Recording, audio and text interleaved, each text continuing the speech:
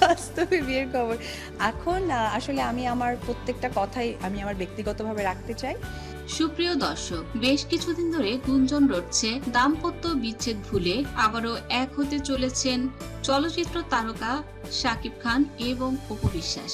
একাধিকবার তাদের ভিতরে ঘনিষ্ঠতারও প্রমাণ মিলেছে। যুক্তরাষ্ট্রে একসঙ্গে তারা ঘুরে বেরিয়েছেন, যোগ দিয়েছেন তারা ঘরোয়া অনুষ্ঠানে। এবার অপু বিশ্বাস জানালেন স্বামী সন্তান নিয়ে সুখে দিন কাটাতে চান তিনি। আর সম্প্রতি সংবাদ মাধ্যমে এ কথা বলেন অপু বিশ্বাস। অপু বিশ্বাস তার স্বামী শাকিব খানকে নিয়ে কি বললেন, দর্শক বিস্তারিত জানতে ভিডিওটি না টেনে দেখতে থাকুন। সম্প্রতি গণমাধ্যমে দেয়া এক সাক্ষাৎকারে নায়িকা অপু বিশ্বাস বলেন, স্বামী সন্তান নিয়ে একসঙ্গে সুখে দিন কাটাতে চাই। আর কিছুদিন আগে এই বিষয়টি নিয়ে মুখ খুলেছেন অপু বিশ্বাস নিজেই। এ প্রসঙ্গে নায়িকা অপু বিশ্বাস বলেন, সাকিব আর আমি বর্তমানে একটি পারিবারিক সম্পর্কে রয়েছি। তাছাড়া সম্প্রতি সাকিব খান এবং অপু বিশ্বাসের একটি ভিডিও ফুটেজ নেট মাধ্যমে ছড়িয়ে পড়েছে।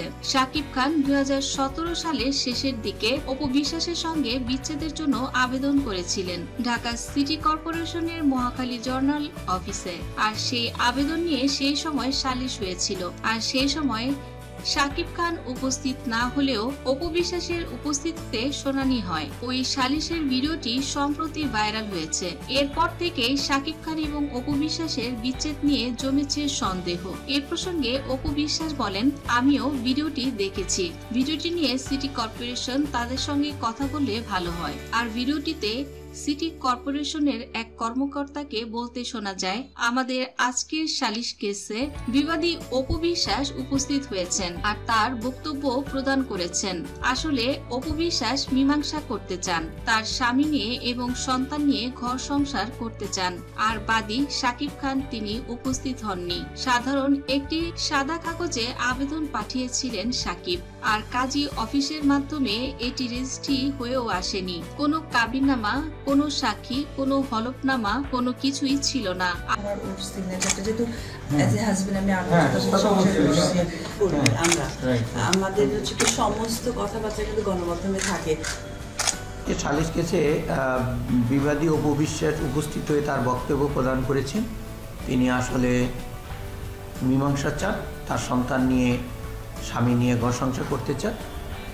বাদী উপস্থিত হননি। সিম্পল একটি সাদা কাগজে একটি আবেদন পাঠিয়েছেন, কাজী অফিসের মাধ্যমে ওটা রেজিস্ট্রি হয়ে আসেনি। বিয়ের কাবিননামা অথবা কোনো সাক্ষী বা হলফনামা কিছুই নেই সেটা।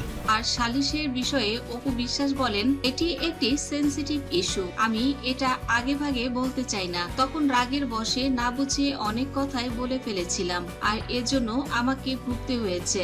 আমি আর নতুন করে ভুগতে চাই না। আর আমার বাবা মা পৃথিবীতে নেই, আর আমি নতুন করে মা বাবা পেয়েছি। শুধু স্বামী নয়, শ্বশুর শাশুড়ি, সন্তান, ননদ সহ পরিবারের সবাইকে নিয়ে সুন্দরভাবে জীবন পার করতে চাই। আর তাই একটু সময় দিন আমাকে, সুন্দর সময়ে সুন্দর কথাগুলি বলবো।